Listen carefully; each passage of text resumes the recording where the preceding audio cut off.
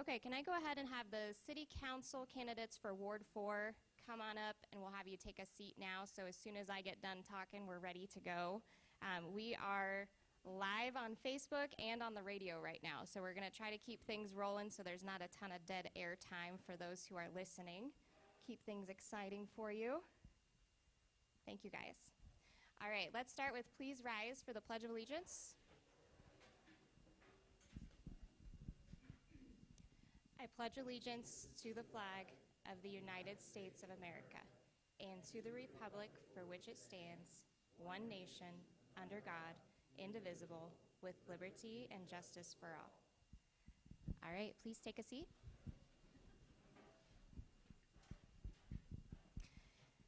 Good evening. Thank you for joining us tonight. I am Emily Garrick. This event is brought to you by RA Productions and the Lincoln County Cattlemen's Association, with support from our local media at the North Platte Bulletin, North Platte Telegraph, Eagle Communications, and the Post. To give you just a little bit of our why, my husband Brad and I are both involved in local politics. Our business, RA Productions, not only does event lights, sound, live streaming, but we also do video production across the state. This event really came as a result of both of those passions colliding and us seeing an opportunity to fulfill a need here in our community. The future of North Platte and Lincoln County is very exciting. There are a lot of great projects on the horizon. There's a lot of hope and anticipation that we can feel in those things to come. That being said, a lot of that is made possible and impacted by those who we elect. Historically, we've seen a lot of people be disengaged when it comes to our local elections, but then be very enthusiastic when it comes to a presidential election. The reality, though, is that our day-to-day lives are impacted quite possibly the most by our local leaders and the policies that they set in place. So it's critical that as a community, we pay attention, we ask questions, we get involved, and we know who our local leaders are and what they stand for. Local leadership is the most effective way that we can make change in a community. Our goal for events like this is to spark an interest, to facilitate a place for questions to be asked, for candidates to share about their goals and experiences, and for our community to be directly involved in shaping our future. So here is how tonight will go. We obviously have brought our Ward 4 candidates up here for City Council. We will bring the candidates from each race up one race at a time. Tonight's races that will be represented will be North Platte City Council Ward 4, the Lincoln County Commissioners Districts 1 and 4. These races will be on the primary ballot on May 14th. As a partisan race, both county commissioner races will actually be decided in the primary, as there is not a Democratic candidate that has filed. The Ward 4 City Council race will be narrowed down to 2 candidates who will then move on to the general election. We will have another event this fall to highlight that race, as well as some of our other local city council and school board races. So we hope you guys come back and join us for that. The candidates here with us tonight were given a few questions ahead of time in order to prepare for tonight's event. These are not seasoned public speakers, they are real human beings, so we wanted to give them that opportunity to have a little bit of preparation. That being said, as time allows, the moderators will also be able to ask them some follow-up questions and possibly utilize some audience-submitted questions that have been collected during the past hour. So that should be kind of fun. The candidates will each have 3 minutes to introduce themselves, and then 2 minutes for subsequent questions after that. Candidates will receive a 30-second warning, so we do have a timekeeper up here. They will receive a warning when their time is up, and they will also get a signal when they have gone 10 seconds past time. At that point, their microphones will be muted. This event is also live streamed. It'll be available for viewing afterwards, so if this is something you want to go back and rewatch, it will be available to do so. So at this time, we have our Ward 4 City Council candidates up here to start us off for tonight, and I'm going to introduce our moderators to you. Our first moderator is George Lobby. Most of you know George from his duration at the North Platte Bulletin. George has devoted much of his life to educating our community and keeping us informed on important local issues. We appreciate the work he's done in doing so. Our second moderator is Elizabeth Tegmeyer. Elizabeth has served our community as an educator and is now our representative and board president on the State School Board of Education. We also appreciate Elizabeth's passion and her dedication to serving our region. So at this time, I'm going to turn this over to our moderators so we can get started tonight. Thank you. Good evening. So we will just start with Aaron and we'll work down the table. So the first question is, please introduce yourself and tell us what experiences and abilities you have that would make you a good city council member. So I'm Aaron Edwards. I have lived here in North Platte all of my life. I'm happily married. My wife, Kate. I've got 3 kids. Kylie, who graduates high school this year, just enlisted in the Air Force 2 weeks ago, so kind of excited about that. I've got Aiden, the middle kid. He's wanting to be an engineer, which I think is awesome. He wants to be a computer, electrical, and aeronautical engineer, I think was his last ideas. And there's no chance of him having a good job around here, so this is one thing that I want to make sure that we have jobs that are for people like that. Then my youngest is Alec. He's 9. He can drive a 5-speed, and he would be more than happy to talk to all of you about that. Like I said, I've lived here my whole life. Bought my first house in Ward 4. Decided that rather than moving when we outgrew my house, we've added on, not just once but twice. So I truly do love where I live. I mean, it's a great neighborhood. Some of the things that make me a great candidate for this is I worked for 10 years for Edwards Land Surveying, so I've got some experience on the planning side. Excuse me, on the planning of streets and lots and that kind of thing. I sit on the county planning and zoning board, so I'm familiar with some of the rules and regulations on some of that. And my current job is I work for Dawson Public Power. I am our right-of-way agent, and I get permits and easements, and I work with our engineers to design and stake line. So I'm constantly working with the public.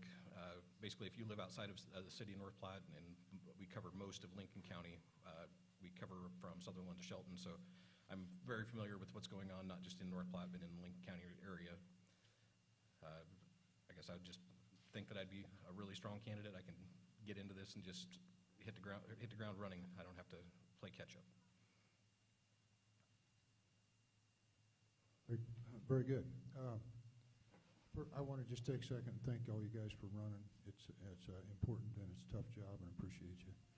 So Nick, you're next. Then please introduce yourself and tell us what experiences and abilities you have that would make you a good city councilman.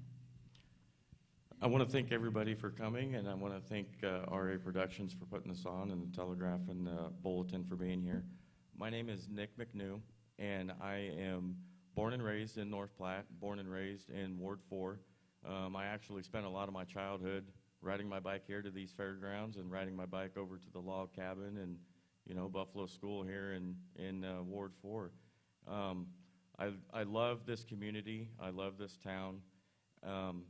I have spent a lot of my years, a lot of my youth, and a lot of my adulthood in small business. I grew up in small business, learning from my family on how to build those connections outside of the business, building those connections in your community, and engaging with your community, not just on a business standpoint, but on a personal standpoint. So I try to continue that in the business that my wife and I now have here in North Platte. We had started our own business, and we continue those same attributes that we had learned, when I was growing up. The biggest reason why I think I have qualifications for city council is because I had spent the past 5 years, I think it's going on 6, my wife and I have been part of an organization, and it's an international organization. It's called the JCs, or Junior Chamber International, and it's a nonprofit organization here in North Platte, but it extends to different cities, states, countries. And this organization, what we do is we find needs in the community, and we figure out how to solve those needs. Instead of looking at the problems, we look at the solutions. We look at the people, we look at the area, we look at research. In doing so, we learn to empower others, we learn to inspire others while gaining leadership skills. We run committees, we run meetings, just like city council. We had learned Robert's rule. So there's a lot of benefits that we had learned along the way in the JCs, and in getting involved in the community has helped me see the needs in the community, and this is a place that I am proud of, and this is a place that I want to continue to be proud of. We are on a path of growth, and I just want to make sure that we continue that growth. So I'm looking out for my children, your grandchildren, to make this a safe, fun community, to where we do have the jobs, to where our kids can stay here in this community.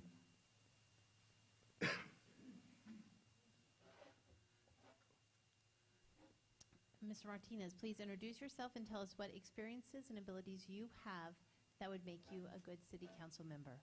Good evening. I'd like to thank everybody who showed up here today and with your concern for the city, and we really appreciate it. I was born on my mother's bedroom in the house I live right now. I will be buried at the city cemetery 3 blocks away. I will buy my headstone at North Platte Monument. North Platte is the center of my universe. I'm 63 years old. I was raised a block away from what historians call the worst case of genocide in American history north of the Mason-Dixon line. Back in 1929, when all the police burnt down a house with a black man inside, and they chased every black man out of town. That's the neighborhood I grew up with. If you talk to anybody who knows us, who grew up on the west end of 9th Street, the west end of town was a hard way to grow up in the 60s and 70s. Look at the improvements we've done since the 70s when urban renewal came through there. They have just let the north side just go stagnant. Everything goes to the south side.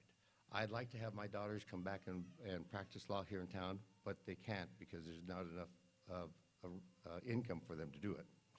I am happy to say that my youngest daughter, Friday, just passed the Maryland bar exam, and she passed with a score of 292. And this is the second attorney that I have in our family. And our middle child, Vanessa, she was in Japan for 7 years, and she was in China for a year through University of Nebraska at Kearney. The reason I bring this up is because my family has been on the north side since the 20s, and people remember my parents and such. When I talk about how well my family is doing, I do it to inspire the people on the north side of town. Everybody looks at me and they say, you did such a great job with your children, and I appreciate that. And I tell them, your kids could do better. Your kids too can do just as good. The problem is, you got to get your kids out of North Platte, folks. And for the beef producers, I just want to let you know, the people on the north side of town, Ward 4, they can't afford beef. Everybody's struggling. And the taxes for the city are doing good, but everybody is struggling. And I'm hoping that when I'm sitting on the city council and somebody comes in, I am going to be gracious enough to say hello and to smile at them. I won't be a city council member that just looks at you or just goes up there and ignores you. That's the biggest problem. Okay, thank you. We're all a little better acquainted now. So I think we'll start with Nick this time. Is that the way you want to do it? We'll rotate. So that everybody answers the same question. We'll start with Nick and go to Tracy and come back to Aaron. Question is, what do you most want to accomplish if you're elected to the city council? That's the magic question, right? You know, what do I want to accomplish if I was elected? There's a lot of things that I feel like this community needs. Unfortunately, I don't have a magic wand, and I can't make everybody's needs fulfilled overnight. This is a community that has had some ups and downs. This is a community that I feel like is on the right track now. The biggest thing that I want to accomplish is my phone always being on and always listening to the person that is looking for help or that is looking for answers from the city council. The city council is very transparent right now, and I applaud that. I really do. And I want to continue that transparency and make sure that everything is on the, transferred to the citizens and the constituents as they need to be. So the biggest thing that I want to accomplish is I want to be an advocate for the north side and for the community as a whole. And I want to just unite the community and know north side, south side, that kind of thing. You know, we're a town of one, and it takes the whole town on, you know, and so I just feel like that there's a lot of things that we can accomplish. If I had to choose one, it would probably be more parks on the north side of town. Where I live on the northwest side of town, we are limited on parks and recreation, and so that would be one thing that I would try to focus on if I was elected as city council. Thank you. Tracy, you want to tackle that? What do you most want to accomplish on the council if you're elected?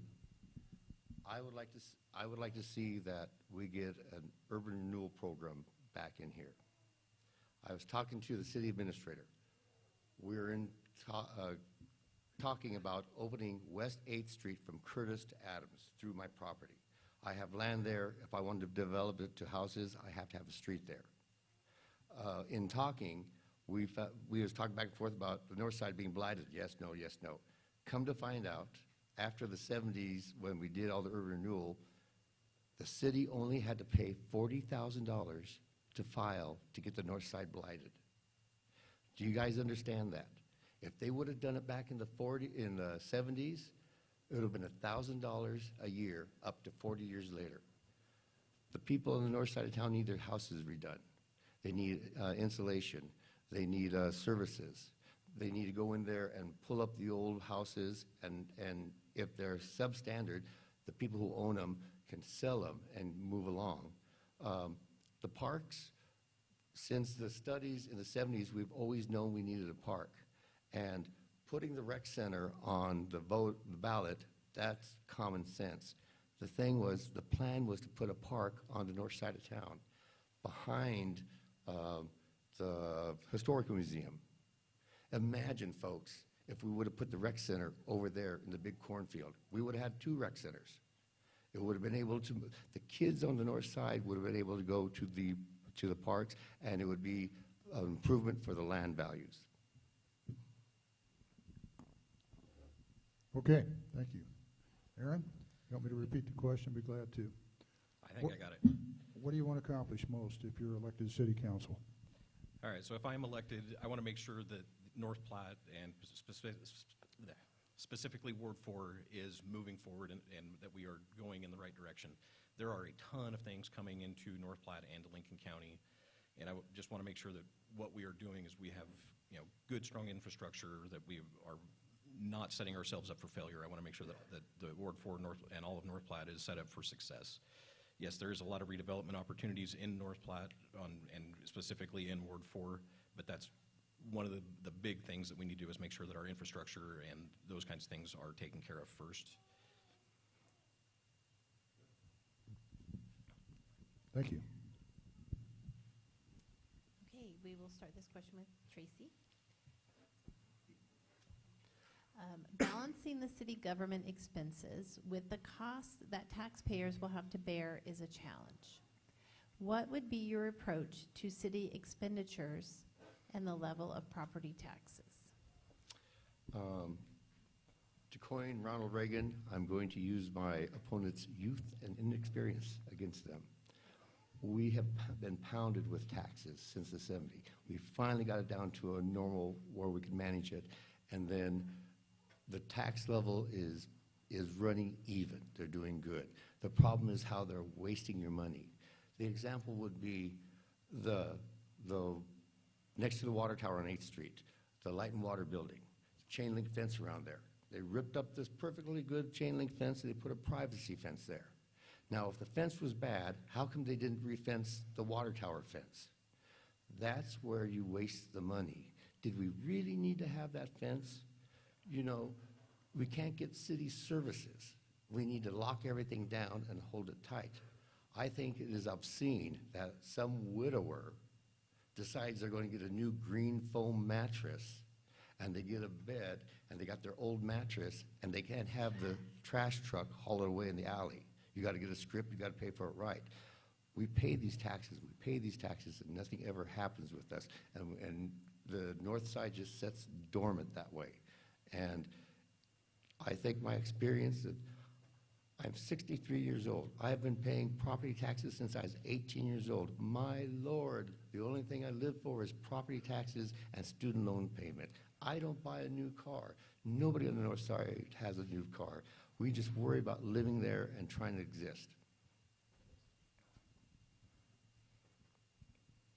Thank you. Aaron, I'll read the question for you. Balancing the city government expenses with the cost that property taxpayers will have to bear is a challenge. What will be your approach to city expenditures and the level of property taxes?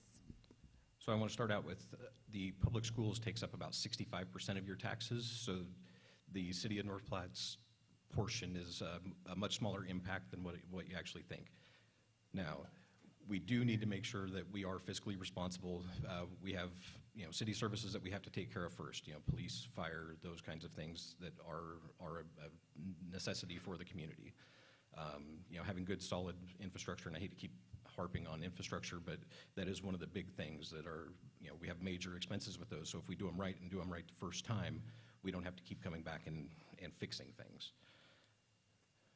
Obviously, everybody wants lower property taxes. I don't like paying how much I pay in property taxes, but if you're able to upkeep your property and have some of that, your taxes are, I guess, going to good causes. I mean, when you're talking about all these city services that we do have, and like Tracy was saying, some of the stuff with the hauling stuff out to the dump, I don't necessarily agree with all that, but I know there's reasonings. I don't know those reasonings. I haven't talked to the trash guys on what that takes. But I want to make sure that we have good, solid city services and good, solid infrastructure, and that's where our property taxes need to be going. Thank you. Nick, balancing the city government expenses with the cost that property taxpayers will have to bear is a challenge. What will be your approach to city expenditures and the level of property taxes?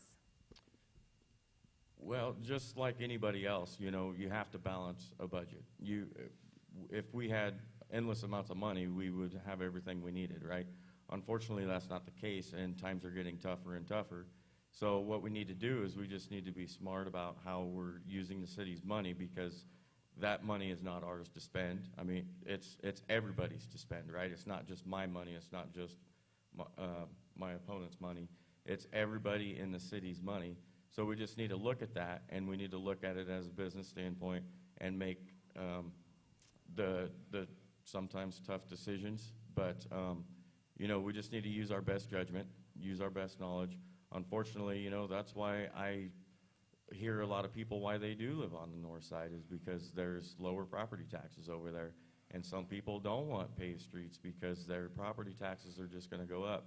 So if we were able to pave every street in North Platte, I mean, that would be great, but unfortunately, the city just doesn't have the money for that. So we're going to have to prioritize, we're going to have to look, and we're going to have to be business smart about it and know that, good things will come, but it's going to take time and things aren't going to happen overnight.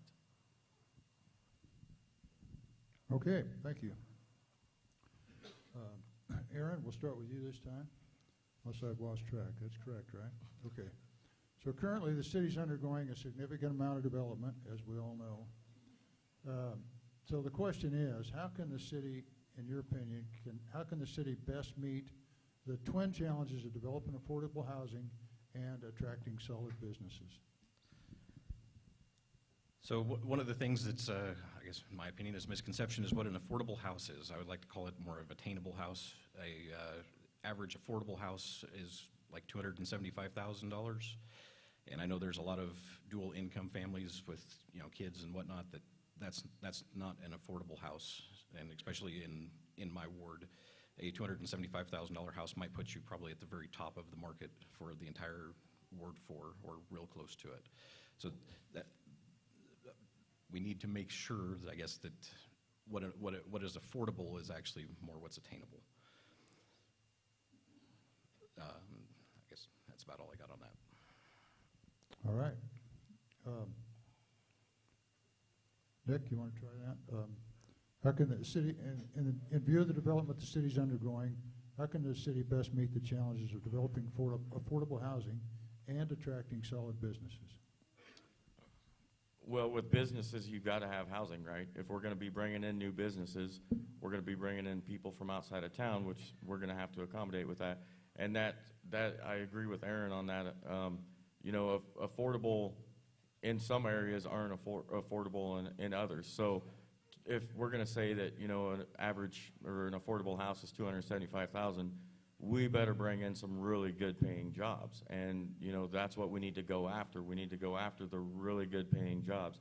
We've got sustainable beef coming here, and if we get some anchor businesses in that are like that, then we can get more bigger businesses and that are going to accommodate it.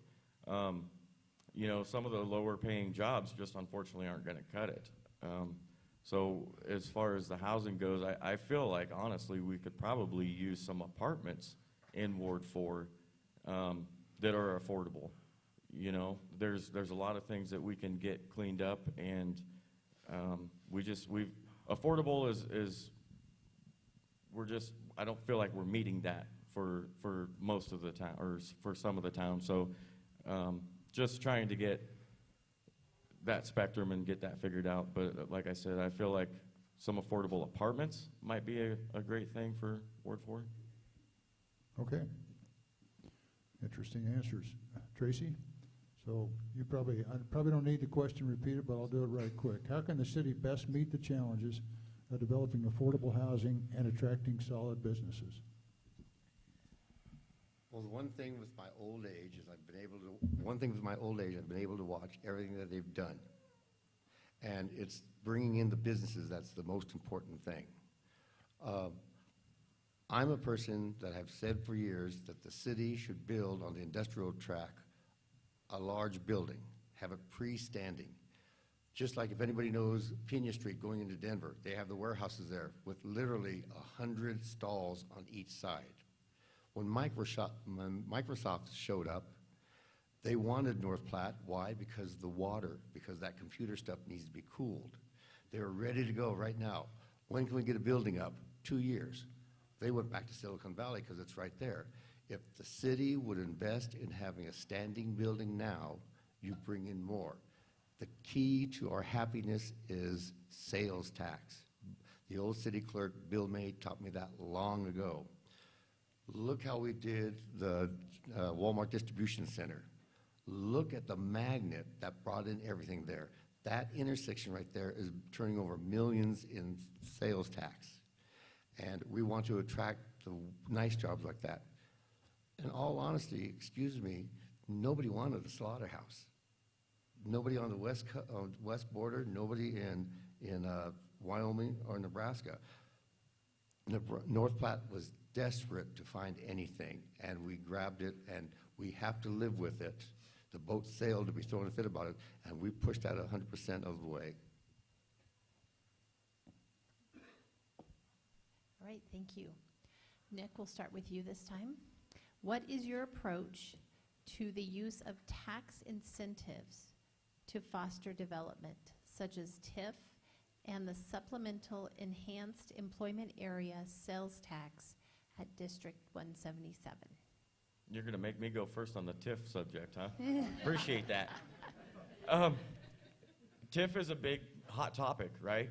You know, it's taxpayers' money, and you know, in one view, I hear it quite a bit. It's taxpayers' money paying businesses. You know, I think the biggest thing about TIF is the education and the lack thereof. There's a lot of things about TIF that are great. I think that how we need to approach that is individually and as a business and the people, right? What is it going to do for North Platte? How is this going to benefit North Platte? What kind of new jobs is this going to bring to North Platte? What other businesses would this TIF project bring to North Platte? So I feel like there's not just, you know, yes or no. There's a lot of gray area in life, and I think TIF is a benefactor for North Platte. We've sat on the sidelines for way too long, and we have to do something to keep up with other towns and other communities. And, you know, unfortunately, we need to attract businesses, and we need to help businesses in a sense to get going. And as far as the mall, you know, I think that's great. Sales tax, we were just talking about sales tax is great, right? So that sales tax is going to help entice businesses to get here. We compete with other towns like Kearney, Grand Island, Lincoln. Lincoln has used this sales tax that the mall has used. Grand Island's used it. Kearney's used it. This is the first one that we've used that I can think of. And so I think it's a great thing to help projects and help fund them so we can start attracting the businesses, so we can start attracting the people, so we can collect more sales tax, more property tax, and hopefully that'll bring costs down longer, or bring costs down in the long run. So that's where I stand on that. Thank you. Tracy, I'll repeat the question for you. What is your approach to the use of tax incentives to foster development, such as TIF and the Supplemental Enhanced Employment Area Sales Tax at District 177? When they did the ribbon cutting on the Walmart Distribution Center, anybody who was there raised their hand. This was 20 years ago. Mr. Hughley was there. M.L. Martin was there. That TIF was the experimental plan. I want to tell the young kids here. TIF is not a problem. TIF is set by the state. We already decided what TIF's going to do. The problem is the city council has to manage it right. I hate that when a government program gets turned wrong because somebody's trying to make a quick money out of it. When we did TIF, Governor Joe Hans was there, closer than you guys are. I could see his Argyle socks. When we got done talking, he said what a great idea it was. He was very proud of me that I had the forethought. And I told him the reason I was for the Walmart Center is because I know people on the 4th Ward that is going to be working there, and they do. The mall plan. If I get in as city council, we will never do the mall plan again with that 177 district. That is the most insane thing to do. You're paying property taxes, then you're going to go buy products at the mall, and then they're going to put a special tax on top of it. The 4th Ward gets stuck all the time because the people over there, Garrett and such, they get to drive to Kearney and go shopping and everything like that. The poor slobs in North Platte we can't get at. We're stuck at the mall. The taxes are crazy. That should never been done. The people who were developing the mall, they were coming to North Platte anyway. We didn't have to go up there and entice them. They had money from the East Coast to come up there. We used TIF for small stuff that's worthwhile, like the tractor place. We put money in TIF for the new tractor place because you know how much sales tax you get off of a $4 million piece of equipment? Thank you. Aaron, what is your approach to the use of tax incentives to foster development, such as TIF and the Supplemental Enhanced Employment Area Sales Tax at District 177? So TIF is a tool. It is a tool that we need to use. You know, we have all kinds of things going on in North Platte and Lincoln County, and we are way behind the times on using TIF. There are many other communities across the state that are using TIF. I think there's something like 1,300 plus projects in the state that utilize TIF. And every one of these projects is, you know, they're growing their communities. And by utilizing these tools, that's just one more thing that we need to continue to push for.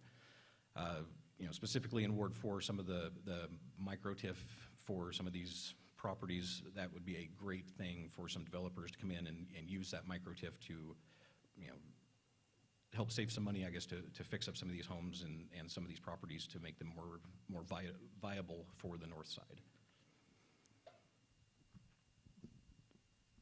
Okay, those are good answers. So we've touched on several pertinent issues that you're going to have to grapple with on the council, and appreciate you weighing in on them.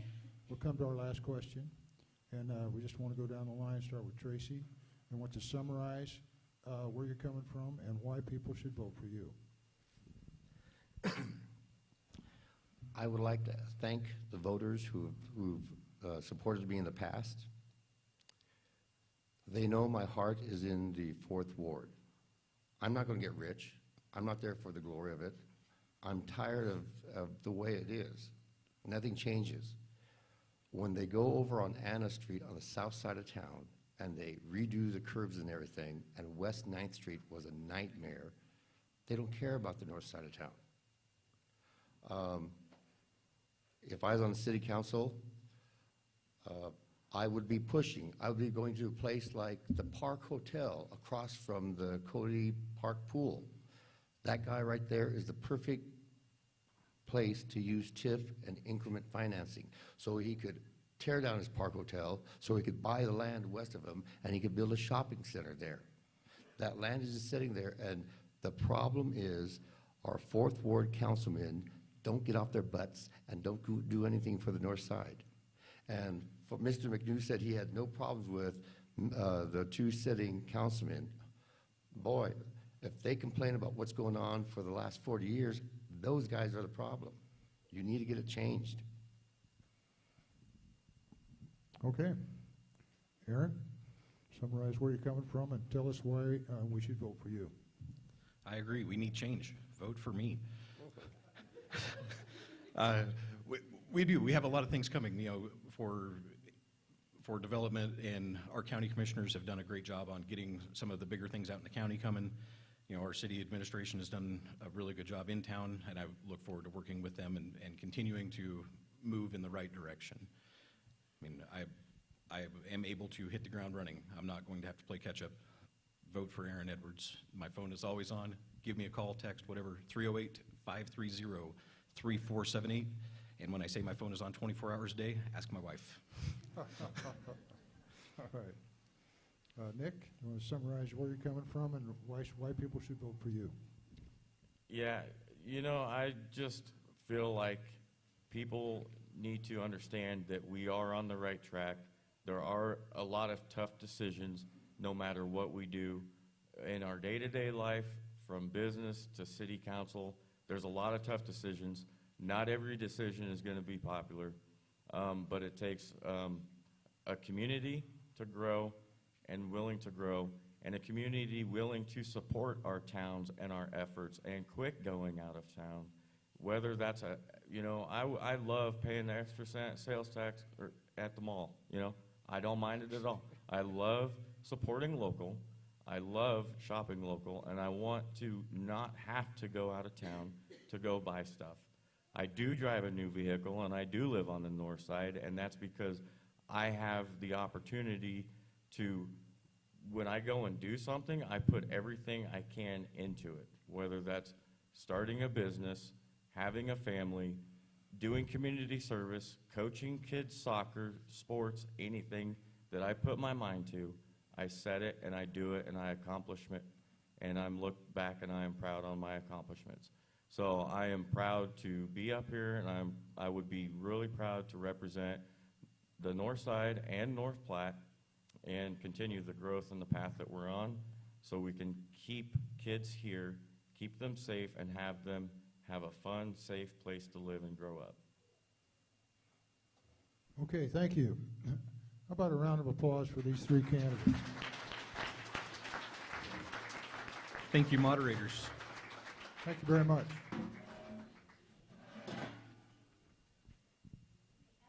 At this time, we're going to have representatives from the Adrian Smith campaign and the Pete Ricketts campaign come up and read a short message.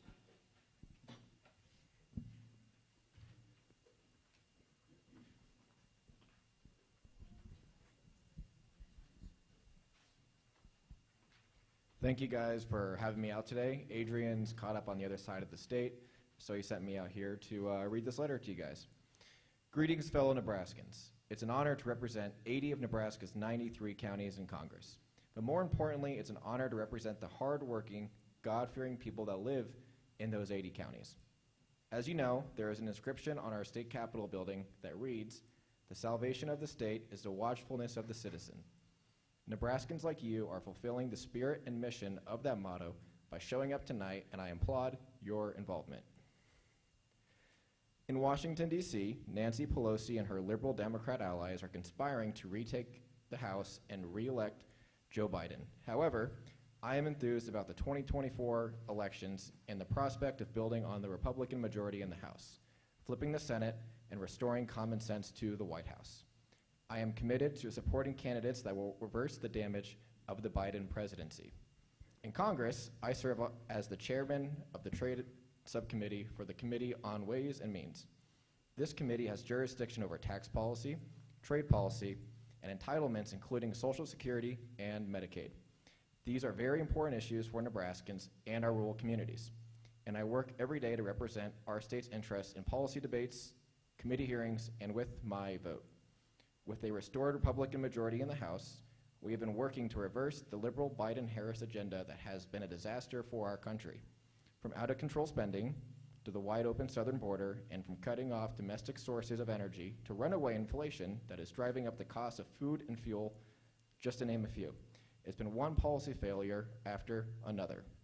In January, I visited the Mexico border at Eagle Pass, Texas, where hundreds of thousands of illegal immigrants entered our country in the last year alone. In Congress, I voted for H.R. 2 to secure the border and restore the border and immigration policies that were working under President Trump.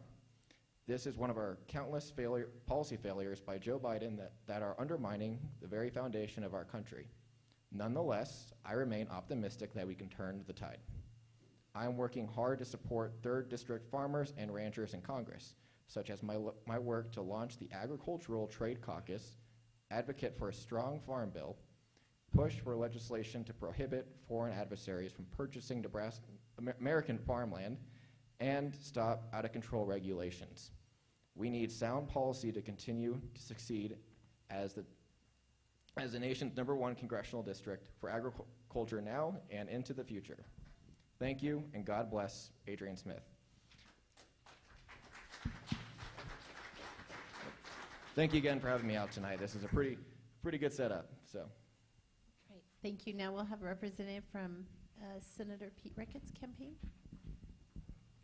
And just in case you're wondering, John Walls and John Glenn Weaver were also invited to the forum, but were not able to make it. Thank you so much for the opportunity to be here with you guys tonight. I'd like to thank the Lincoln County Cattlemen and RA Productions and your local media for this opportunity. It's a great way for you guys to get to know a little bit more about the candidates that you're going to be voting for in just about 3 weeks. I know Senator Ricketts would have liked to have been here this evening. We actually just wrapped up 3 events today across the state, the last one being in Broken Bow. But Senator Schumer had different plans for the Senate and called them back. So he had to rush back to Omaha so he could be in DC for votes tomorrow. So I am here to tell you a little bit about why he's running. As governor for 8 years, he thoroughly enjoyed his time serving Nebraskans and is so grateful that he has the opportunity to continue his service to Nebraska. And that's through his appointment to the Senate. Because he was appointed, he has to be on the ballot in 2024 and win your support so that he can continue serving Senator Sass's term. After 2024, he would be on the ballot again in 2026. So then we get back on a regular cycle. That's why you're seeing both Senator Fisher and Senator Ricketts signs everywhere and hearing ads for both of them. This is the first time since I think 1952 or 54 that both of our senators have been on the 54 have been on the ballot at the same time. Senator Ricketts wants to continue serving Nebraskans. His main focus is protecting our conservative values. That is something that we're seeing erode away all the time, whether it be from the young men being able to play women's sports, use women's locker rooms, those issues, to the fight for life. We have to hold strong and keep our conservative values if we want to continue to value the lifestyle that we have here in Nebraska. And that's what drives him, and that's what he is fighting for the most. Now, the #1 issue is securing our borders, not just the southern border, all of our borders. And that's something that he is working on. He believes, and he is correct, that President Biden could secure our border right now if he wanted to. He has all the tools in place. He's choosing not to. That is a choice that the Democrats are making. That is a choice President Biden is making. That is why Senator Ricketts hasn't supported some of the measures that you've seen, because it did not do anything to actually secure the border. The other thing that he's fighting for is to push back government regulations. The EPA, for all of you that are farmers, ranchers out here, you know that the EPA likes to overreach and try to tell you what to do, and a lot of times they're completely wrong. He's in a great position. He's on the Environment and Public Works Committee, so he is able to push back on those regulatory burdens before, hopefully, they come down to you. And then just fiscal responsibility. As governor, he made sure that we held spending to under 3%, and that is something that he thinks our federal government should be doing. Our spending is out of control.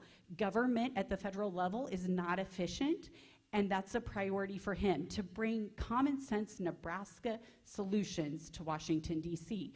And that's why he's wanting to fight for you guys and win your support. I do have some cards.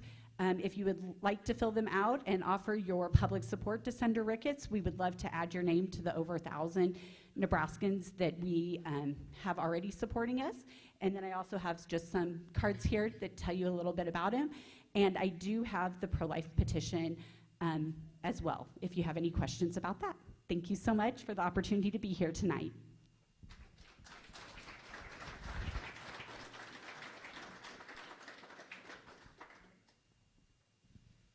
Okay, thank you very much.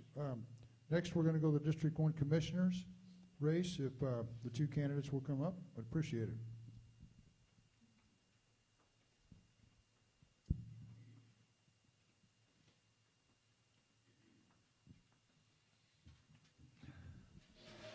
Make sure I get to the far right. Depends on where you're viewing it. I know it. I don't know about anybody else, but I think they looked like pretty measured steps coming up here. So it's Joe Hughley on our left as the audience is looking, and Stuart Simpson on the right. And we'll start with the same question we did with the City Council.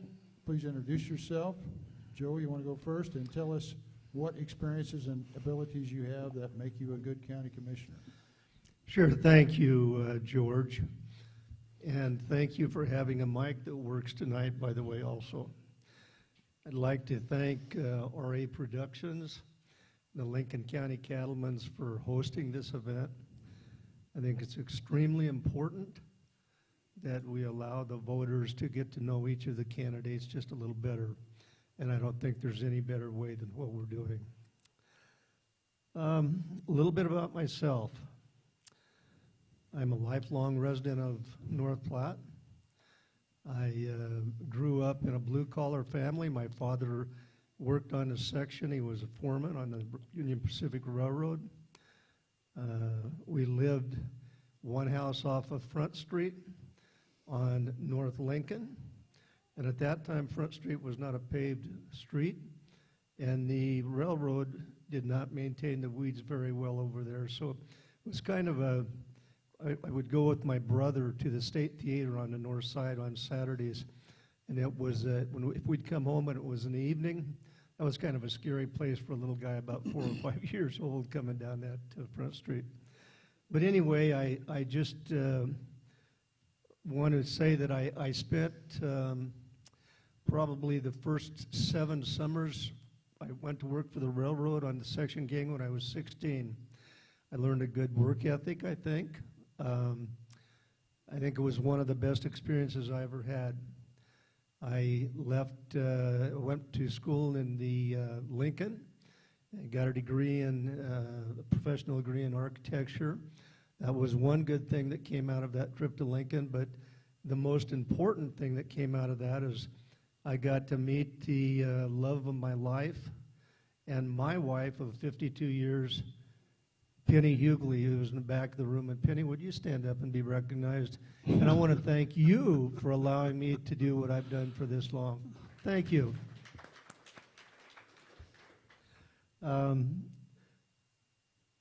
I am a Christian conservative. I believe in those values, and I want to continue to bring those values every day to the Lincoln County Board of Commissioners. I'm going to actually read something, and I don't read this to put accolades on myself, but I want you to know that I'm not a person that just sits and does nothing, so I'm going to read these things. My past involvements: I was a past officer in the North Platte JCs, chairman of the President's Club North Platte Chamber, served on the Board of Trustees and chairman of the First Christian Church, past board member of the Ambassadors, board member of the Chamber of Commerce, involved in sports. I received an award in Washington, D.C. With President George Bush in the National Association of Counties. I could go on, but I want you to know I'm involved. I would love to continue doing that. Thank you very much. All right. Thank you, Joe. Stuart, would you introduce yourself and tell us what experiences and abilities you have that will make you a good county commissioner? Thank you very much for having me. Thank you for R8 Productions, and thank you, the moderators, for tonight to oversee us. I appreciate being here tonight. First and foremost, I want to recognize my wife, Lisa. We've been married for 42 years. Second of all, we have 2 amazing daughters. One's a nurse in Waverly, one's an elementary teacher here. Then from there, we have 2 son-in-laws and 3 wonderful grandchildren. I grew up in Alliance, Nebraska. My dad worked at the Alliance Livestock and I'm part owner. My mom was a substitute teacher and worked at our shoes store. Over the past 42 years, I've worked at Western Nebraska Community College in Scottsbluff in the finance department. I then moved to Alliance and worked for Alliance Public Schools for 17 years as the finance director. And then for the past 18 years, I've worked here at North Platte Public Schools as the executive director of finance. So what you can see is that when my wife and I move around, we plant roots. I have a bachelor's degree in business administration and a master's in business administration from Chadron State College. I think the biggest thing or the biggest accomplishment that I have is that I've been a member of the Church of Christ for over 40 years, and my wife and I attend the Walker Road Church of Christ here in North Platte. The thing I'm proud of is I volunteer for many organizations: our Noon Kiwanis, Community Connections, Local Emergency Planning Commission. I got to remember that. I call it the LEPC, or Link Up. I've also served on the Nebraska Council of School Administrators legislative group. I've served in executive positions in many of these groups, and when I was in Alliance, I was elected to the Board of Governors for Western Nebraska Community College, serving for Box Butte County. So when you see all of my accomplishments, the one thing I'm also happy for is that I oversee multiple departments at the schools. My idea of overseeing my staff is not to walk through or check them, but I like to put on an apron, serve food, or talk to the students and find out what's the best meal that they're getting. I also like to sit and help our maintenance department in any event they have to help put up or take down in any event if I have that possibility. I like to know my staff and everyone employed in the district. So if I don't listen, I can't help bring change. So I believe if my experience I have will make me a good commissioner.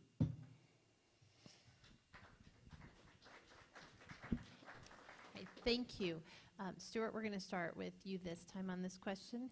What do you want to accomplish as commissioner? I think the first thing that I want to do is to listen to each of the departments and find out what they have to say about what's happening in the Lincoln County and the commission. Overseeing many of the departments, I want to get a feel for what's going on, understand them, and then be able to make sound financial decisions based upon what is happening. The other thing I want to do is I'm always compassionate about maintaining the infrastructure, and that means important to me because no matter what, if we have buildings and roofs and other things to maintain, I want to make sure that they're there for the long term because we have to look at all these students around here that are going to be our future generation. So with that, I want to do it in a way that will keep our county citizens pleased with this, what we're doing in the county, and then speak at meetings if they are concerned about what is happening. But while employed over the last 2 years, I have met with patrons who have had questions. I've had several people whom I met with, and after every meeting, I wanted to sit down and help them understand the budget, the process, and the infrastructure. Thank you. Thank you. Joe, what do you hope to accomplish as commissioner? I think probably the very first thing is see the completion of the Sutherland North Bridge over the North Platte River that I started working on nearly 30 years ago. You know, we've made a promise to the people that that bridge was coming, and unfortunately it was a promise that we had to break about 6 or 7 years ago when they had major flooding throughout the state of Nebraska and they had bridges go down over the Missouri River. They cut funding for that bridge, which was the #1 bridge on their priority list, sent all of those fundings down east. So I'm glad to see that finally happening, and those people deserve that. I guess a couple of the other things is to continue to support our law enforcement and public safety. I've been a member of the Sheriff's Negotiation Team and member of the Law Enforcement Committee since 1985. I think there's nothing more important than public safety in the county.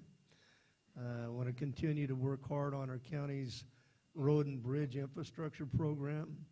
When I came on the county board in 1985, we had hundreds, literally hundreds of bridges that were rated either structurally or functionally deficient.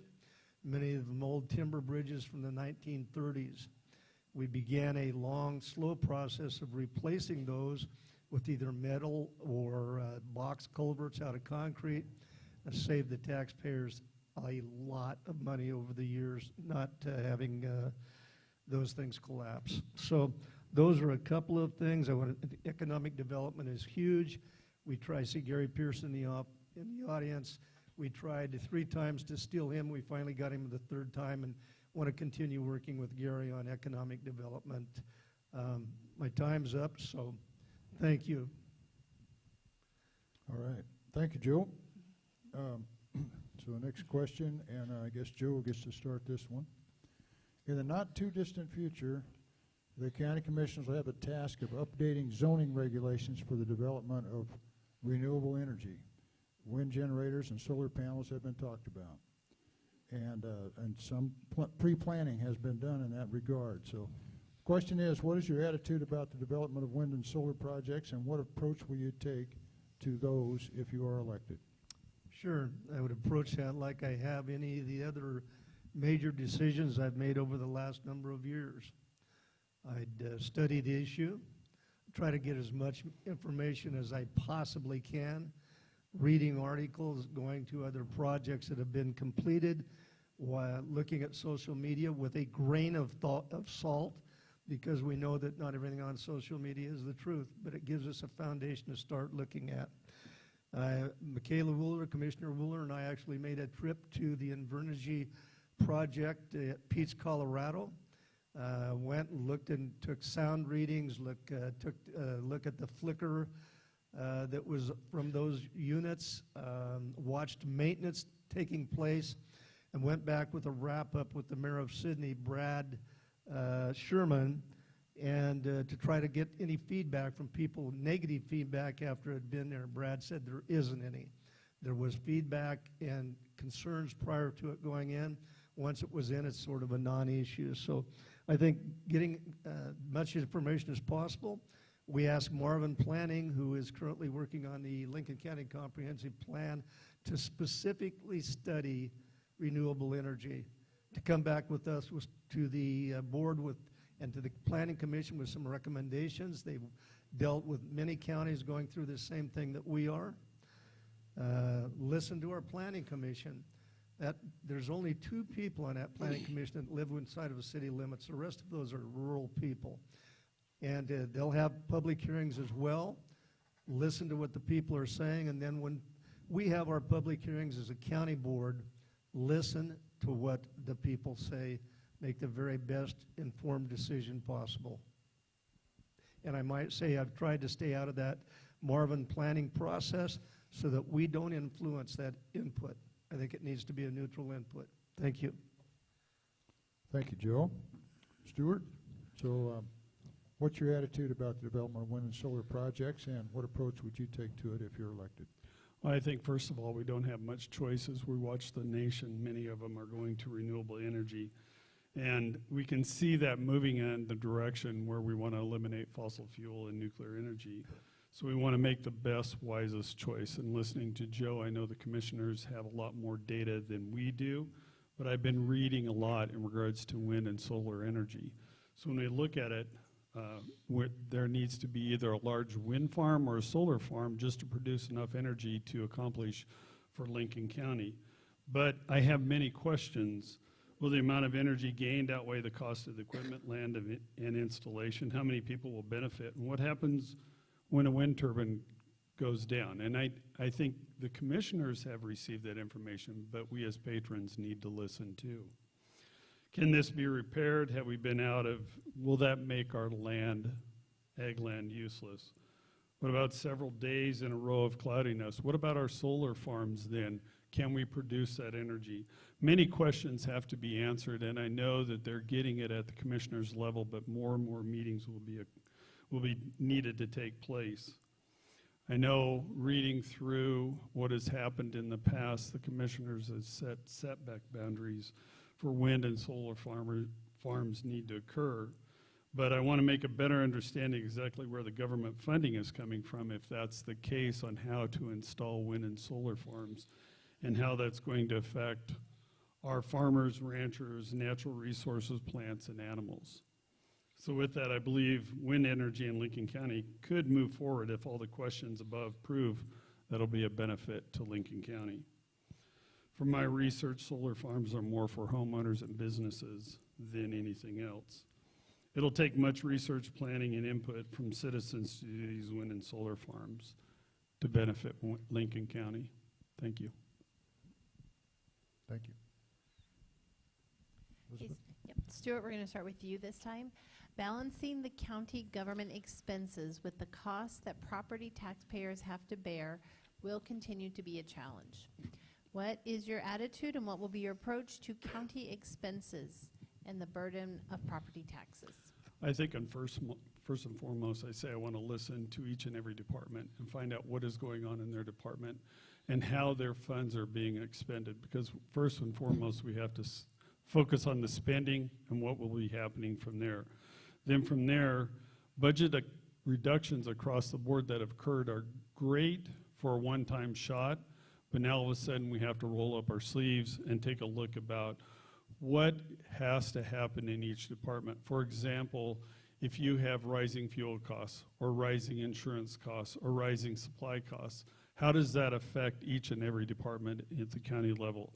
So when you have those, you want to make sure you have the balanced approach of how the spending will occur to then how the property tax will occur. And hopefully we can get that in line, and as we talk about it, get the property taxes reduced accordingly.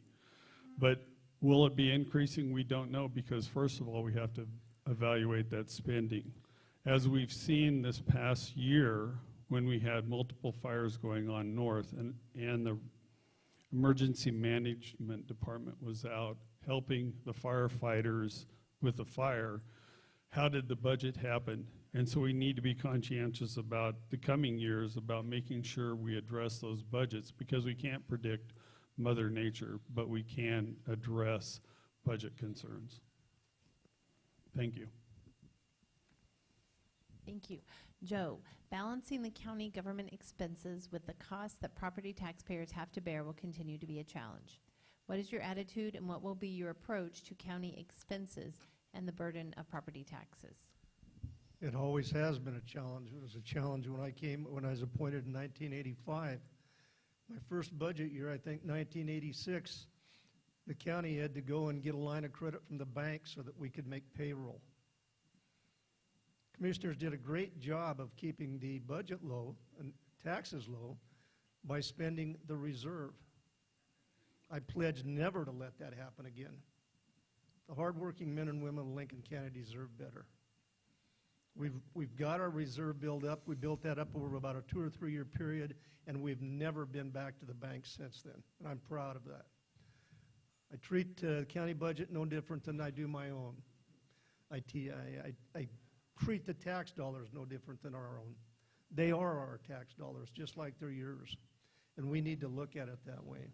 I think the county has done an excellent job over the past years. We've been one of the lowest levied counties since I came on that board in 1985. Before the counties had lids, we were taking care of the budget. We don't need the state of Nebraska to put a lid on us to make sure that we stay under that. The lid's 50 cents. I think we're 20-some cents. So we're pretty fiscally conservative as a county, and I'm doggone proud of it over the past years. So I would continue with those policies. I'd look at our bridge infrastructure, our road infrastructure, make sure that we have a good 1 and 6 year plan so that we plan 6 years down the road with those spending dollars and budget ahead of time. You know, it's always hard when it comes to tax dollars. Nobody likes to pay more tax dollars, but I think that we need to look at public safety and law enforcement, county roads and bridges, and prioritize. Thank you very much. Okay, thank you. This next question is a little bit involved, so I ask you to pay extra attention while I stumble through it. The development of the Sustainable Beef Processing Company is symbolic of the potential growth of the large-scale ag operations in Lincoln County. The rail park and the inland port are also poised to attract sizable industrial and supply chain operations.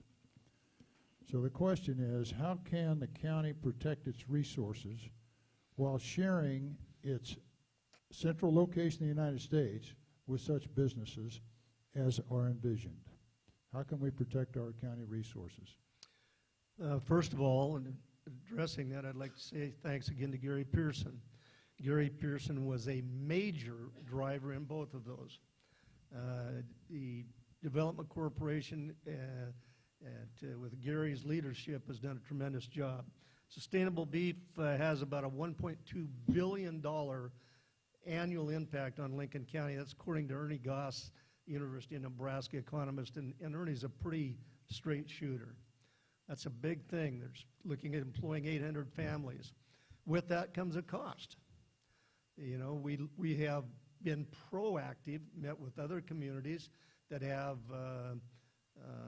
those types of facilities, said what kind of problems do we need to look for, what kind of things do we need to think about and plan for. We may need additional law enforcement. We certainly may need some pocket translators with our officers. We may need those pocket translators throughout the courthouse. That's a fact, and we've looked at that. We've tried to be as proactive as possible planning for that. But it's a tremendous thing, I think, for Lincoln County. We're an ag-friendly county. We were one of the first to be designated that, and I know that because I took that designation and asked that from the state of Nebraska in the early 2000s. As far as the inland port, I don't think anybody realizes, I know I certainly don't, the potential that has. That is absolutely mind-boggling. You know, it stretches all the way, thanks to Senator Jacobson and some other people, from the airport all the way to the ethanol plant in Sutherland. So the impact is absolutely incredible. The county, I think, very positively so, was proactive in buying that. We own the switch, and we'll be able to get revenues not only from that switch as people move in, but also from the building itself. So thank you. Okay, Stuart. You want to read it, or you Well, I'll just want just to? ask the question, okay? Okay. Okay. So how can the county protect its resources in the face of this pending development and also share its central location in the United States with businesses like these? I think when I was looking up this question and sort of thinking about it, what was going on, because Sustainable Beef and the Inland Port Authority has been a positive impact for North Platte and Lincoln County. but I believe open communications help to facilitate shared responsibility with businesses so that we can create more economic growth. When we have that communication, as was mentioned with Gary Pearson, that stems what we can do with the two businesses and other ones coming into North Platte. So bringing together all stakeholders, including local communities, landowners, cities, and county, to discuss the impact of the expansion prompts discussion, which we all need, and that open communication going on. So when that discussion occurs, the county resources that we have to be prepared for is the water, sewer, taxes, electricity, to make sure that we're protecting what we currently have, but expanding our operation to the county for further growth, because that's the most important piece that we want to see is growth within Lincoln County. Okay. I got a little follow-up to that question, and this came from somebody in the audience. And Stuart, you can tackle it first. Okay. So the concern is that the multimodal transportation project that is connected, at least in some sort of planning stage, to the Inland Port Authority. In other words, the transportation revisions or upgrades around the county. They're concerned that it will maybe build new I-80 interchanges and maybe river bridges and new 4-lane roads and a widened Highway 30 to 4 lanes from North Platte to Hershey, which will industrialize more agricultural land. So the question is that a concern to you, and its potential impact on agriculture, and what do you want to do to protect agriculture in this county? I think first and foremost, we have to have a little bit more information in regards to that, because I thought it was going on the south side of North Platte, not on Highway 30. But if that's the question about going through on Highway 30, that's a big concern, because we have a lot of ag operations that run up against the road all the way down. And so expanding that really encroaches in onto there.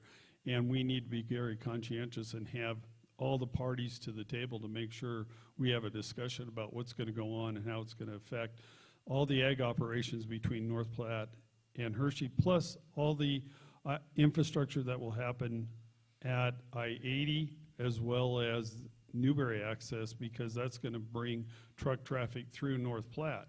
And as we saw with the Ward 4 commissioners, they're going to have to deal with that piece also. So, I mean, there's multiple parties that have to come to the table and have discussions about what's going to go on and how that's going to impact ag and businesses all along that infrastructure. Okay, thank you.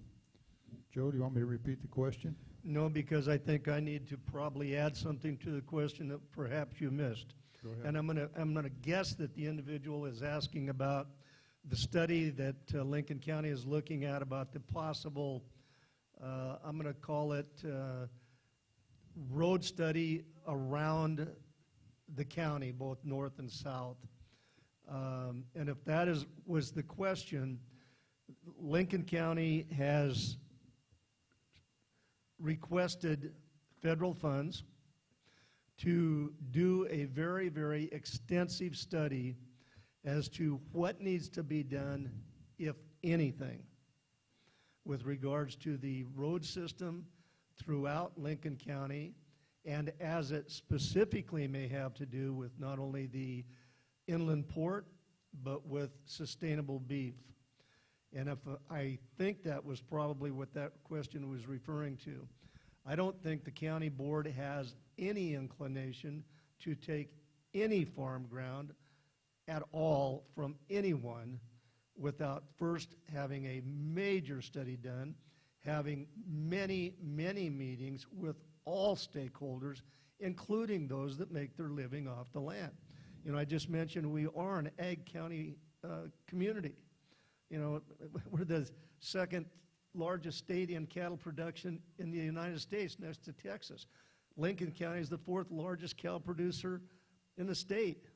Agriculture is Lincoln County. So trust me, if that was the question, there is a lot of discussion that has to be done before that can be answered. But I can tell you that this commissioner believes in property rights. I own property, I own ag property, and I have livestock on it. And so I know the importance of that question. Thank you. Elizabeth? All right, thank you both. So this is our last question for you, and this is your 2 minutes to summarize or give us some reasons to vote for you. Okay. Is Let's it start with Joe. me? Okay, Yep, I wasn't we'll quite sure. Yep, well, yeah, we kind We of had got to off have with that that other extra one. question, That's but all we'll right. start with Joe, and then we'll go to you, Stuart. Okay. Well, I guess I would just ask that you would continue to support me as your Lincoln County Commissioner. I would ask that you look at my record. I think it speaks for itself. Lincoln County has been, I think, a very, very fiscally responsible county with one of the lower mill levies throughout the state. We've done that. We have prioritized every project. I know that Commissioner Bruns probably will touch on maybe some of the cost savings over the last 3 or 4 years, and I don't have to go into that. Lincoln County has done a good job. I want to continue to represent the people. It's been an honor to represent those people, and I'd like to continue doing that, and I would just ask that you consider voting Hughley for County Commissioner District Number 1, November 14th. I'll remain around after the meeting if anybody has any questions or would like to have any concerns and speak with them. So thank you very much, and thank you for hosting this. All right, thank you. Stuart, summarize or give us some reasons to vote for you. Okay. First of all, I want to repeat what Aaron said. I really like his quote, "We need change and vote for me." But I'm willing to listen to the patrons of District 1. That's my first and foremost thing. Second of all, I want to work diligently to understand the departments that run Lincoln County and their impact on the budget. Then third, with my financial and budget experience to help Lincoln County be fiscally responsible, they've been in the past and moving forward in the future. But ultimately, too, I want to work to make sure our infrastructure is continually maintained for the future of Lincoln County. But finally, I want to read this quote, and I found it, and I love it, and it just says something about as we go into the election here on May 14th. We often pick our leaders by their credentials rather than their character. On May 14th, when all of you vote, you'll be selecting our future representative to watch over our schools, city, county, state, and nation. I urge you, as you are casting your vote, ask yourself questions about your future leader's character. So with that, please vote for me, Stuart Simpson, District 1, Lincoln County Commissioner. Okay, thank you both. I'd like to remind everybody that this race will be decided in the primary election, so it's very important when, as a media and one of the many media that are here, we're trying to get the word out and appreciate you guys participating, and I think they both deserve a round of applause. Thank you very much. I think this is where we hug. Yeah, whatever. I don't kiss and hug. Thank you, sir.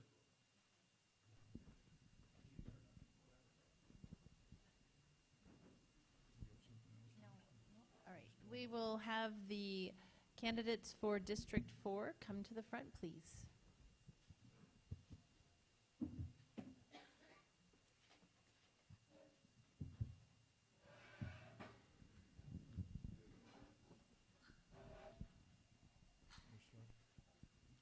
Okay, I'm going to take an opportunity to say another word here. I'd like to thank Levi Fisher and the Lincoln County Cattlemen for being involved in this. Hopefully they'll get thanked many times. We appreciate you. Okay, we'll start with Chris. Is that okay with you, Elizabeth? Okay, please introduce yourself. Tell us what experiences and abilities you have that will make you a good county commissioner for another 4 years. Absolutely. So I do echo your comments there, George. First off, thank you to RA Productions, the Lincoln County Cattlemen, and the multiple media supporters that have assisted with this. There's been a lot of work that's gone into it. And thank you, everybody, for being here tonight and exercising your duties, your civic duties, to be educated on the decisions that you make come May 14th. My name is Chris Bruns, and I have the honor and privilege of serving as the District 4 Lincoln County Commissioner. And as I look back, and everybody that I talked to over the past couple months has asked me this question, you know, what do you think you've done right? what qualifies you to keep on going. And as I look back on the last almost 4 years, I'm excited. It's one of the first times that I truly am excited for our community because of the things that we've been accomplishing over this short period of time. And I'm very happy to say that I'm pleased to be a part of it. You know, when we moved back, my wife, who can't be here tonight, but I also thank her for sending me the words of encouragement via text. She's tuned in and paying attention. When we moved back, we realized that there wasn't a whole lot of economic opportunity here at home like we remembered growing up. I was born and raised here in Lincoln County. Moved away after I graduated high school. I joined the Marine Corps for about 10 years. But when we moved back, we had an opportunity to buy a little bit of land, get some livestock, and try to teach our kids the way that we wanted them to be raised, to know and value hard work. We wanted opportunity for them so that they could hopefully someday choose to make this their home as well. And that opportunity was lacking. And so I decided to get involved as a county board member, got elected almost 4 years ago now, and been involved working tirelessly to make a change for Lincoln County. And I think that we're on the right track. I've been involved in numerous economic development projects, from sustainable beef to spearheading the inland port. That's been a project I've been very proud to be a part of. When you take a look at fighting for our rights, our individual liberties, from making Lincoln County a Second Amendment sanctuary county to being one of the first counties in the nation to come against Biden's 30 by 30 initiative, I've been very pleased to be a part of that. When you take a look at most of my adult career has been as a fiduciary, that's the number one responsibility as an elected official, is being a fiduciary of the taxpayers' money. Because it's not my money, it's the community's. And being a wise steward of that and making sound decisions to control spending, to create efficiencies, and to lower the burden that our property tax payers in Lincoln County have has been something that I've been most proud of. You know, in the 4 years, every year that I've been on the board, we've reduced our property tax request by almost $1 million total. In turn, we've been able to reduce our tax rate from about 3.495 to 0.2867. That's real results. Those are the results that I'm happy to have accomplished. I'm happy to stand on that record, and I look forward to continuing the conversation tonight. Okay, thank you, Chris. Nancy, would you introduce yourself? Tell us what experiences and abilities you have that make you a good county commissioner. Yes, I am Nancy Cipher Nelson. First off, I want to thank the county, or the Cattlemen's, RA Production, and our moderators. I also want to thank my husband, supporters, and family. So we moved down from the Sandhills in 1973. I graduated from high school in 1984 and graduated from Cook Community College in 1986 with a security degree. For 15 years, I worked for Shopko, Kmart, and 6th Street Food Stores in the security and safety departments. At 6th Street Food Stores, I became very involved in the human resource aspect. We were able to get a new handbook written, new employee training.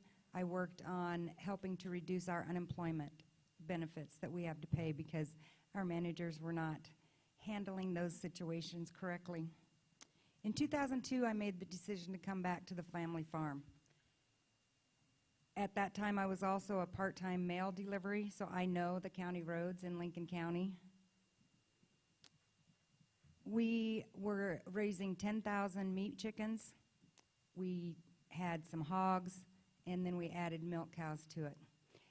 It's really fun, and even tonight I talk to people about wanting to raise chickens to be able to supplement their income and also wanting to have their own meat products. That's an ag that many people can do. So we talked to high school kids for FFA projects, for 4-H projects that they can do to raise those own chickens. And my daughter was 9 months old when I came back to the farm, and she was out there feeding those chickens every day with me, and that was great. When I was younger, I never thought that I would be living 3 miles from where I grew up. I wanted to get out of this town. It was Sutherland, but not North Platte. And get on with my life. But I am so grateful that I have the opportunity to come back to the family farm and that I can leave the family farm to my daughter. I want to ensure that the family farm is there for all those in Lincoln County that want their family farms to stay as a family farm. So now my daughter is in college. I'm a substitute teacher in North Platte and Paxton, and I have the time to work to being a Lincoln County commissioner, to do what it takes, and that is to listen. The most important thing that we need to do is listen to the people, and I believe we should watch, listen, think, and then make a decision on that situation. As a District 4 County Commissioner, I will use my Christian values to guide me into doing what is best for Lincoln County. I am not a politician. I am not running to fulfill any personal agenda, and I have no desire for a higher office. Thank you. Thank you. Nancy, we'll start with you on this question. What do you want to accomplish as commissioner? So I think that in order to build Lincoln County, we need to build our tax base, bringing in more industry. And it's great. The county commissioners that are on the board now are doing a great job at doing that. With that, we need to ensure that our roads are safe and adequate that we currently have. I would like to partner with these industries that are coming into Lincoln County and partner with them and the local schools, all the schools in our district, and let them come in and educate these young men and women that are our future on what kind of jobs they can have to go work in these industries. College isn't for everybody, and some of these jobs will be really good paying jobs that our young people that are here now could do. We need to control our spending. The size of our government we need to make smaller. I think it's great that the county commissioners put into place the YouTube channel, but one of the things that I've found out talking to people, not very many people know about it. Not very people know where to go get the information. So again, we need to be out there educating the public. That's one of the things that we learned with the chicken business. They're like, well, why should I pay $3 a pound for your chicken when I can go in the store and buy one for 99 cents? Because it's a better quality. And that's what we need to do, is to educate the people of where they can go get the information for Lincoln County. I would also focus on improving the functionality and efficiency of all of our existing departments. And again, the biggest thing that I want to accomplish, that you guys know that I will listen to you, to the people, and do the will of the people. Thank you. Thank you. Chris, what do you hope to accomplish as commissioner? I hope to continue building on my strong, proven, conservative record that I've had over the past 4 years.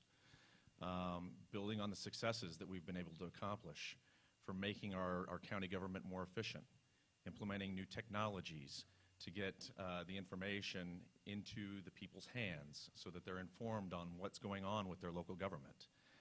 That was one of the first things that I did as a county commissioner, is push really hard for the live streaming technology and the archiving capability for our county board meetings, because I believe in accountability and transparency. That's the bedrock of a good representative democracy. I'd like to continue the work when it comes to economic development and expanding our tax base, because like it or not, we have a massive property tax burden here in Nebraska. And unfortunately, not a lot is being done about it in the state legislature. And local government, in many regards, we have our hands tied. There's a lot of unfunded mandates out there. There's a lot of regulations that we have to follow. And so the most meaningful way that we can improve our property tax situation is expanding our tax base. And that's the work that I've been committed to doing over the past 4 years. It's the work that I'm going to be committed to continuing should I be reelected to serve as a county board member. I want to see the Inland Port Authority truly go from a budding organization to realize its full potential of creating thousands of high-paying quality jobs for Lincoln County that strengthen our agriculture sector. 50% of what we're pursuing with our Inland Port Authority and our rail park out there is value-added agriculture. That's going to improve the lives and the well-being of our agricultural producers here in Lincoln County. It's also going to provide opportunities for the second sons and second daughters to be able to stay in our community. That's important. Those are the types of things that I want to continue, and many more, as a Lincoln County Commissioner, should I be honored and have the privilege to be reelected. Okay, thank you. So Chris, we'll start with you. In the not too distant future, the commissioners will have the task of updating zoning regulations for development of renewable energy, wind energy, and solar. And what is your attitude about the development of those projects, and what approach will you take if you are reelected? So I have my feelings, but being an elected representative, you really have to listen to the thoughts and feelings and opinions of those that you serve. I think that I've done that balancing really well. You know, this has been a hot topic here locally over the past year and a half, 2 years. When the R-Line transmission project got clearance through the Nebraska Supreme Court, I took a look at our Lincoln County planning and zoning regulations, our comprehensive plan, and I found them woefully inadequate. And I pushed really hard, and my colleagues agreed that we needed to put a moratorium in place. And we did that because we needed to study and make sure that our language was correct, that it was appropriate for Lincoln County, so that should any kinds of these developments want to build in Lincoln County, that we had good left and right lateral limits that they needed to follow. When we put that moratorium in place, we had a few projects come out of the woodwork that we knew nothing about, that were already multiple years in the process of their development. Right, wrong, or indifferent, that moratorium is in place. We're going through the process. We had public hearings.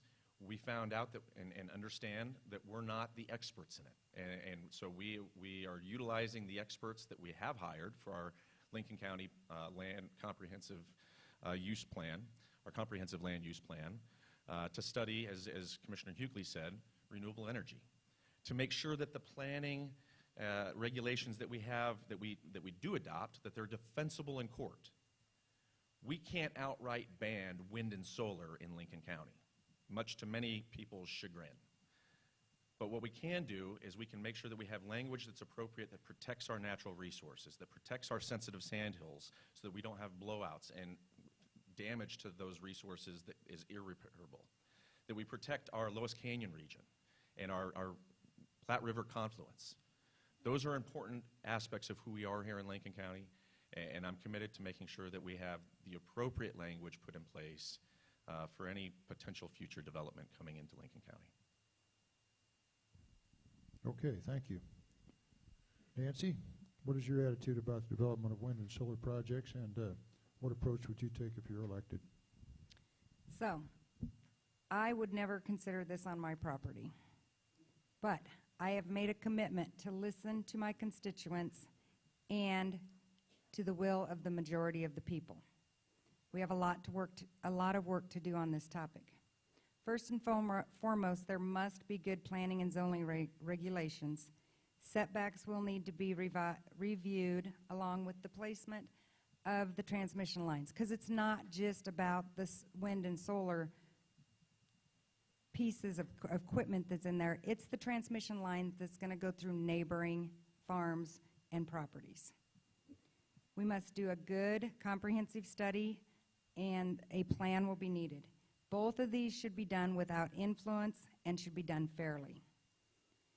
So from watching the hearings and talking to people on both sides of these issues, I'm afraid that the proposals I heard at the Lincoln County hearing only would benefit large corporations such as InCorp, NPPD, and out-of-state owners like Silver Spur.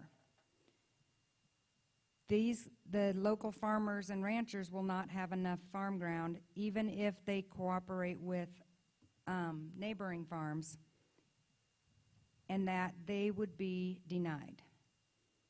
Lastly, again, I will listen to the people, study both sides, and then have to make an educated decision on the issue. Thank you both.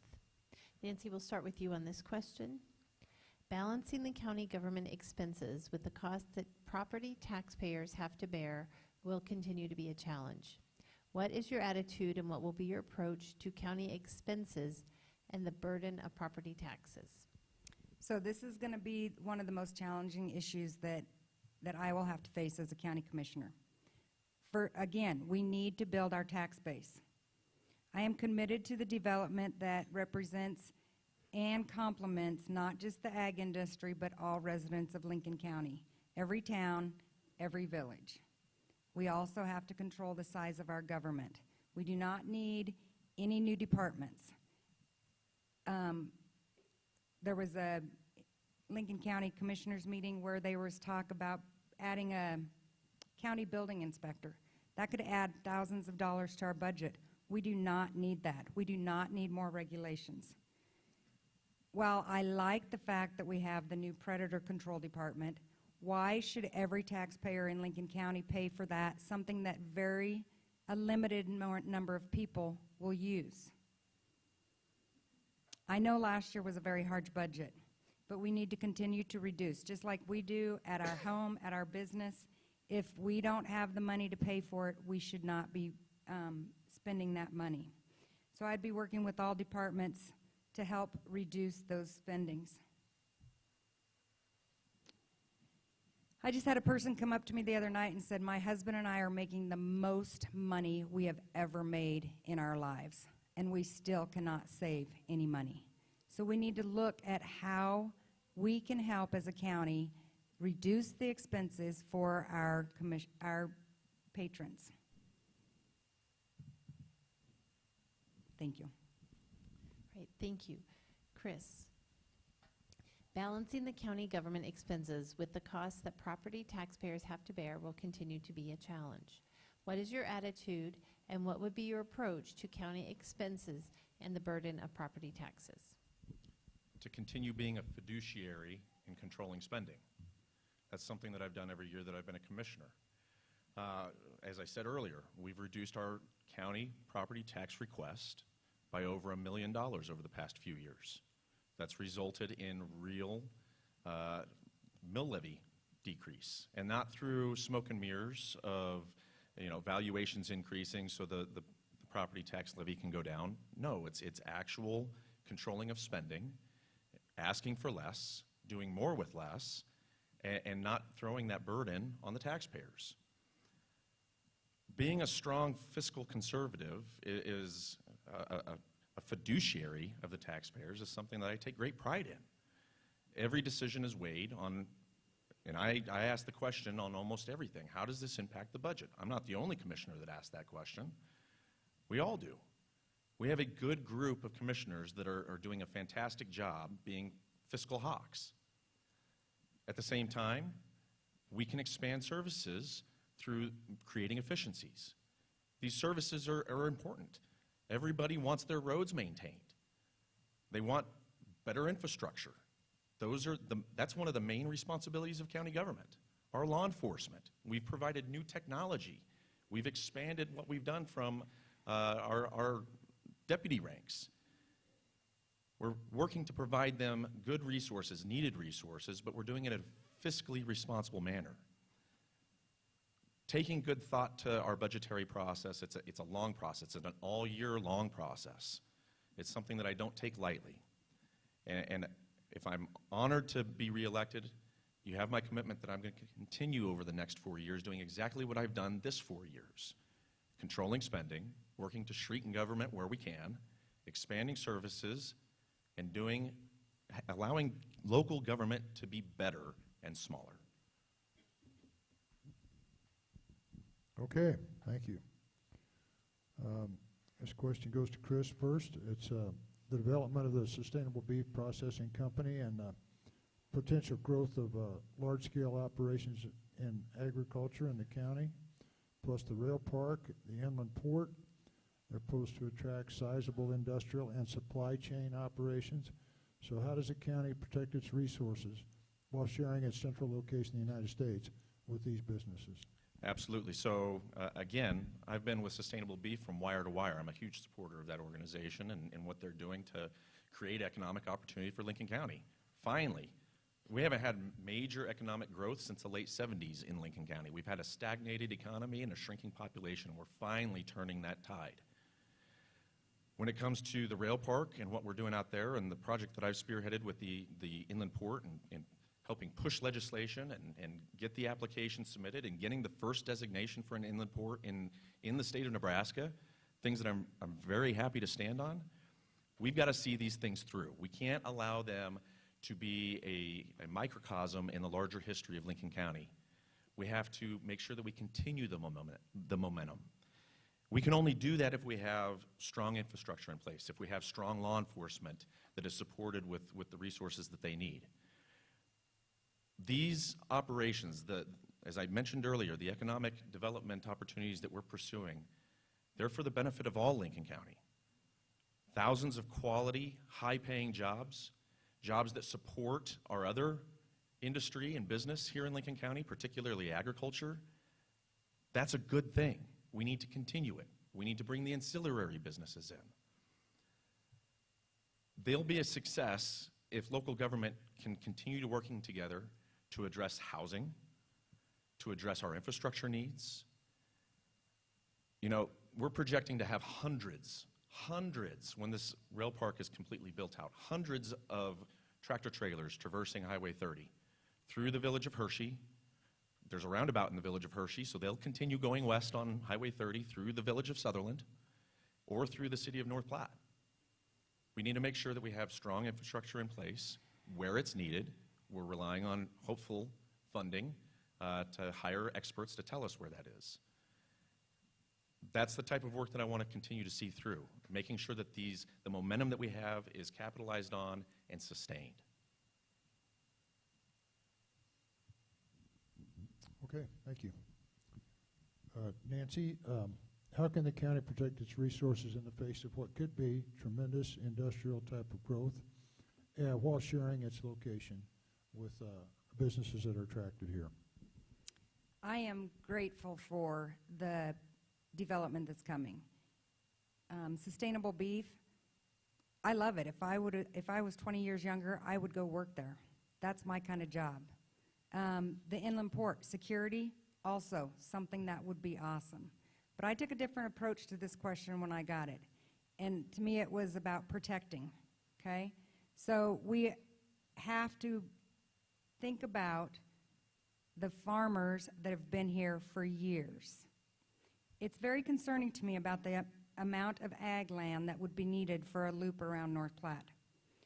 And those acres would be then taken off the tax roll, let alone the fact that you would be taking land away from farmers and ranchers that have been here 50, 60, some of them 100 years. The fact that for months we began hearing about the very detailed in the North Platte Telegraph about this loop to protect the town from the horrible increased truck traffic. Where was the concern for the ag families? We have also read in the media about the stakeholder group. The Board of Commissioners unanimously approving the federal funding to do this planning portion. Who was on the stakeholder group? Was there any ag people on there? There was no public opinion sought, no public hearing held. There was only a couple times during the commissioner meetings that I heard that there was even discussion of this loop.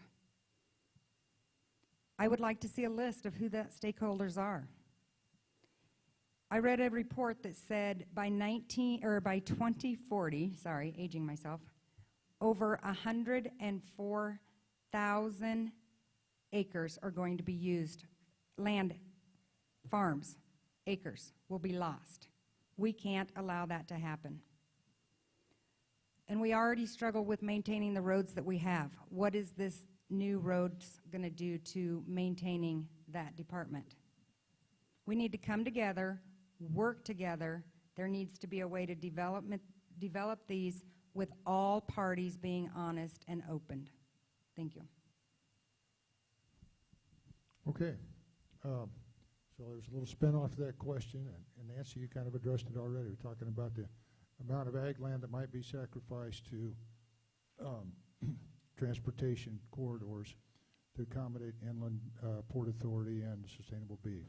So, Chris, do you want to reply to that part of the question? Absolutely, I do.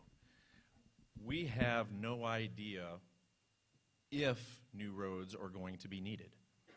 Yes, there was a stakeholder group that the county board authorized for meeting, where we discussed, brainstormed, how do we make sure that the large-scale economic development that we are seeing, the large projects that we are seeing, that they don't become stymied and become failures if the infrastructure is not put in place to support them.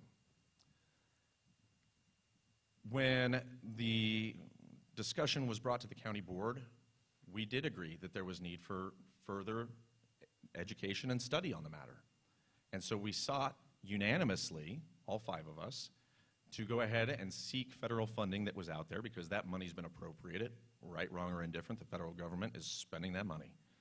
So we hopefully will get a small share of that to hire experts to take a look at what we have currently, to project what's going to occur in Lincoln County with these developments, and to make recommendations that we have no idea what they're going to be.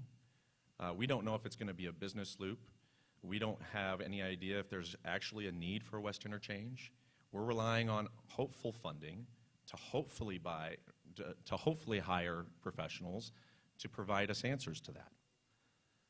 There's a lot of questions that are remaining out there, but what I can tell you is that the Lincoln County Board of Commissioners, on more than one occasion, has talked about this, and we have all agreed that there needs to be a vast amount of public input, that through all phases of this process, public discourse is a must, that town halls will occur on a regular basis, and that everybody in Lincoln County will have a voice in this process. I'm committed to making sure that that happens should I be reelected for another 4 years. And whatever the recommendations are, because we don't know what they are, to finding a way, hopefully, that we can see them through and make sure that the real economic development that we are experiencing comes to fruition successfully. Okay. So I feel out of fairness, Nancy, did you have anything to want to add to that? Because it's kind of a secondary question to the initial question. So. Again, I don't think there was transparency. I've never seen who was on this stakeholders meeting. I've never seen if there was any ag in there. And I have read the grant, and they have distinct routes in there. For a grant, just let them come in. Don't give these people any idea where you want the road, what your ideas are. Just let them come in. Again, the biggest thing is, who are stakeholders? And why wasn't more people invited? They were invited stakeholders. It was not an open meeting. Okay. One of the hot topics that commissioners are facing and have to deal with all the time. Elizabeth? Right. Yes. So we'll close up now, and Nancy, you will be the first one to go. Please summarize or give us reasons to vote for you. What a great night. We listened to a lot of people. Great discussion. Again, thank you for all those that came out to hear us tonight, the Cattlemen's, RA Productions, and you moderators. Thank you very much. Campaigning is difficult. As you can tell, I was very nervous and still am. I didn't know if I could do it, but if I can handle 21 first graders, I think I can handle you guys. So I have enjoyed doing this. I've enjoyed getting out and talking to people, listening to people, hearing what their concerns are. I have a servant's heart. I want to serve. I am not a politician, as I have said.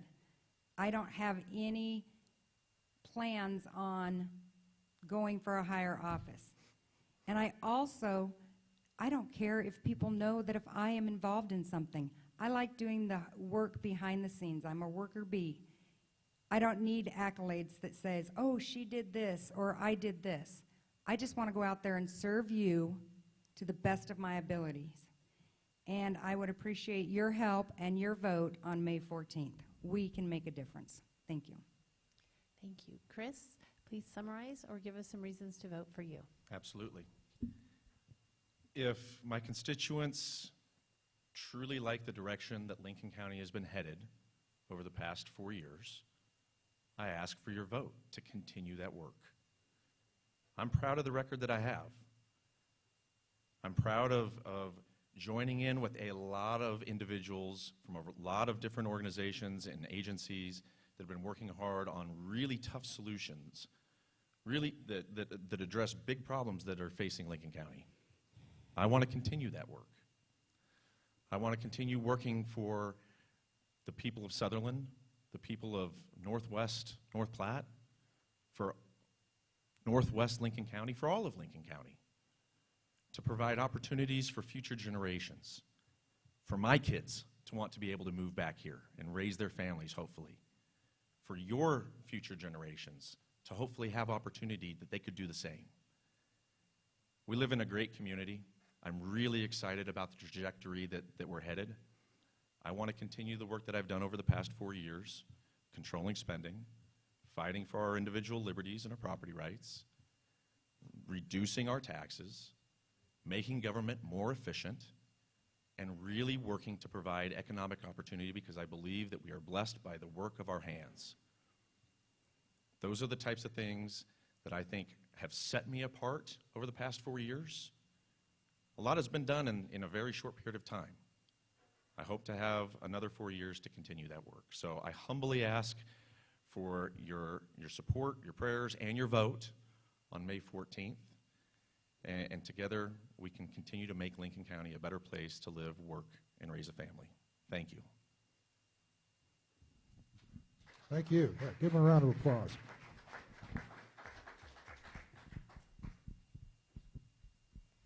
All right, well, I just want to say, wow, this has been a really great evening and very informative, and I think all of the candidates here tonight did a phenomenal job. So it's just really just exciting to think about our future in North Platte and Lincoln County, and that we have these individuals before us that are willing to serve their communities in this capacity and willing to get up here and answer questions in front of the public, because that is not easy. So thank you first and foremost to all of the candidates that joined us tonight for getting up here, being willing to be grilled a little bit by our moderators and lay it all out there.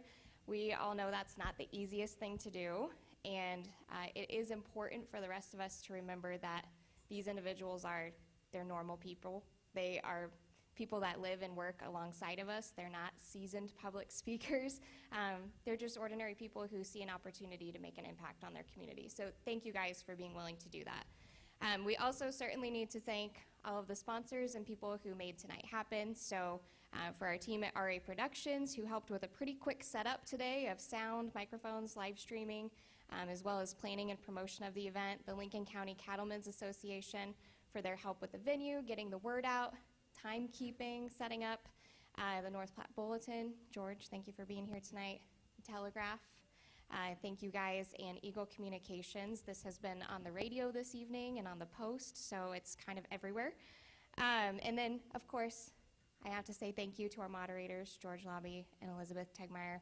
You guys did a fine job this evening creating and asking the questions for our candidates tonight, so thank you for your work that you put into that.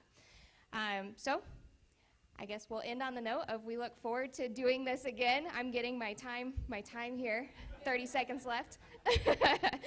We look forward to joining you guys all again in the fall as we do this before the general election. Don't forget to get out and vote on May 14th, and thank you for being here.